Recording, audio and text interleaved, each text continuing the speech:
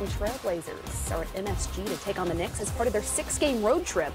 The last time the Blazers were in first place in the West, at least 16 games into the season, Lillard's second season in the NBA. Hey everybody, welcome into our NBA TV studios and the Auto Trader pregame show. I'm Kristen Ledlow, alongside a couple of Hall of Famers, Grant Hill, Kevin McHale. We're going to be with you guys until tip-off between the Blazers and Knicks. It's a 4-game night in the NBA. Now guys, the Blazers are off to their best start since 2014 with an 11-5 record. That's good enough to sit on top of the Western Conference, followed by the Clippers, the Grizzlies, and then the reigning champion Warriors. Yes, you are reading it correctly. You heard me correctly. What stands out as the difference for the Blazers so far this season? What stands out for me, if you bet that line in Vegas, you'd be making a ton of money. I know it's like a 10,000 to 1. Yeah, you know there's somebody out there who did. Oh, and it's like, and yeah, he's like, guys, raking it. Oh, no doubt. And he tries to act like he knew. Yeah, like, I had obviously, no I knew. Yeah. You know, I think the two guards, McCollum and Lillard, are just playing well. I think Nurkic now is just getting more comfortable. They're running stuff through him. He's a good passer. You're going to see just a nice little drop pass between the legs there. He just is a very clever player in the post, too. He can score in the post. So he's one of those guys that can pass from the perimeter, score in the post. He rebounds well enough. They just need a third guy. And then there's just a bunch of different players that seem to show up on a nightly basis. They don't have great performances every single night from, the different guys, but somebody shows up and just gives a huge contribution. And that's what teams need. You need your stars playing well. You need some your auxiliary players playing well, and they are. Yeah, and K-Mac said it best. There's better balance. You know, in the recent years, for them to have a chance, McCollum and Lillard had to have big nights. Yep. And now the case is you have better balance. Guys are scoring. They're plugging in. You know, Nurkic is really stepping up his play. Turner's playing better.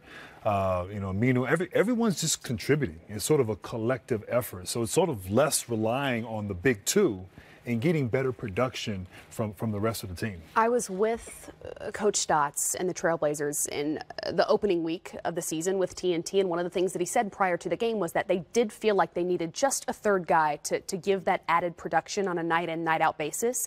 Do you think that guy is already on the roster? Would you look elsewhere? Well, I mean, the way they're playing right now, they got to be pretty comfortable with how it's going. I said earlier in the season, I thought Nurkic was one of the guys that could be that.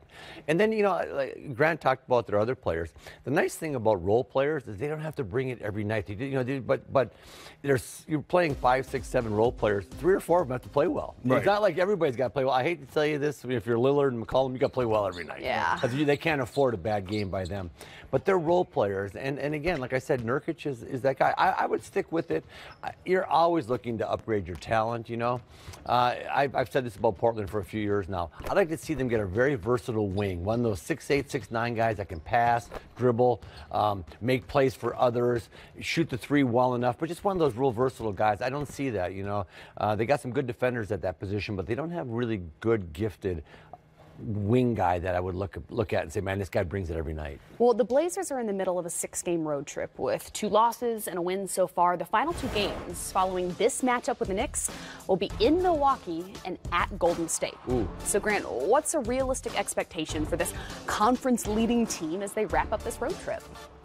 That's an interesting road trip right there. That's like across the NBA. Yeah, no, that's I'll tell you what. I mean, obviously they have a winnable game, a game they should win here tonight against the Knicks, and then the Bucks and Golden State. I mean, save the best for last. And 2 of the better teams, very talented teams. Obviously, Milwaukee is, I think, taking a big step.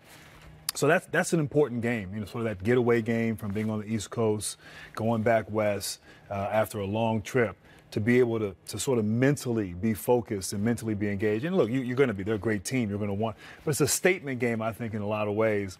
And in Golden State, I mean, we don't really know entirely what's going on there, but it might be the right time to catch them. Right. So you want to, so you can make a good trip into potentially a great trip. that really can build their confidence if they can cap it off by winning out these last 3 games, then there's a possibility it could happen. Even if they win tonight, got the Knicks, they win one of the next 2, you have a 3-3 road trip. I mean, you come out there, you're saying, hey, that's a fine road trip, because you're talking Milwaukee and Golden State. But you're right, Golden State now, he might be wanting playing them right now. We're playing tonight. Yeah, tonight. Right. Tonight and tomorrow morning. Don't let it get too far down the road. They are, though, just 3-3 against teams that are less than 500 this season. What does that say about a team that struggles when the stakes aren't as high? Well, that's a small sample size. That's 6 games. But if you were telling me they're 12-12, at that point you're going, oh, well, that's really a problem. You normally got to take care. You got to beat up on the bad teams in this league. If you're going to really put a good record on the board, you're going to have 50+ wins. And to be a championship caliber team, I've often said, if you're healthy all year long, you have to have 55 or more wins. That just shows you can beat a lot of different teams with a lot of different styles. It gives you an opportunity in the playoff to play everybody and play slow, play fast, because throughout the regular season, you'll play a bunch of different teams. So you've got to beat up on the bad teams if you want to get to 55 wins. You can't be 3-3. I mean, 5-1 is what you're looking at, and you're really hoping, under 500 teams, you're hoping to bum rush them and have an unbelievable record, win 80, 85, 90% of those games. Well, the Blazers take on the Knicks at MSG tonight, right here on NBA TV. But one of the breakout stories of the season actually broke nearly a decade ago. The Knicks' undrafted rookie Alonzo Trier covered the New York Times Magazine as a 6th grader in a story detailing those Pistol Pete-style workouts, his cross-country trips to compete against the best on the AAU circuit, and his desire at the time to grow a foot above the 5'5" that he boasted on that cover.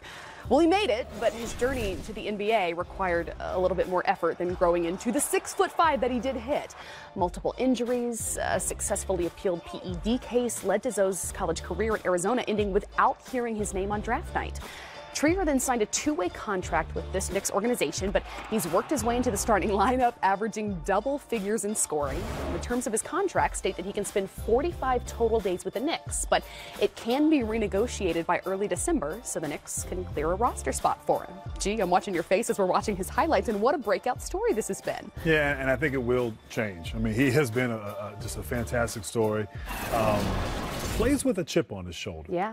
Plays like a guy who didn't get drafted, who feels he's better than what he is. And when you see a story like that, and obviously things didn't end the way he wanted at Arizona, but the kid has talent. And to see him now get a chance and come in and assert himself and make an impact on this team and be recognized is a good thing. He still has to work on his game, but I love his ball handling. You talked about Pistol Pete Maravich. You can see that, his ability to get by you. He's crafty with the ball. His change of pace. He's a good athlete. As he improves and gets more confident with his outside jump shot, I think he'll get better and better. But he's been sort of a big surprise and a bright spot for a struggling Knicks team this year, looking for some optimism. Yeah, when you go to a bad team, you get a chance to play. Right. He's on a good team. He's not playing right now, And so he's had a chance to show what he can do. And I've said it, man, ask Jeremy Lin. If you shine in New York, man, someone gives you a good contract. I tell you right now. Jeremy had that phenomenal 3-week period. 3 weeks. Exactly, 3 weeks. And they were shoveling money out of the back of the truck at him. Like, tell me when to stop. Hey, we can get healthy for 3 weeks. I tell you, I can get healthy enough for 3 weeks. But, so he's in the right place to do it, to shine. And again, like I said, on a team like the Knicks right now, they're going to look at a lot of players throughout the year. And that 2-way contract hopefully becomes they get a spot for him, and he's able to be on the roster and get some comfort, because there's nothing worse than not knowing what's going. I always felt bad for guys coaching, GMing, and you could just see they had so much anxiety over, am I going to be here next week? What's my future? And if he has a spot on that team for the year, I think he'd relax and